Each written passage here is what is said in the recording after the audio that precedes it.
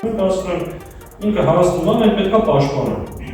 Ինքը քանդում է, մենք պետք է կառուցենք։ Ինքը ասում է, պարակտում է, մենք պետք է միավորենք։ Ինքը զիջում է, մենք պետք է պահենք ու պաշտպանենք։ Երբ որ ինքը ասում է, պետք է ուրանանք, մենք ասում ենք, չէ, մեր իրավունքների տեր է։ Տեր լինելը չի նշանակում, որ ինքը խաղաղություն է ուզում, մենք պատերազմ։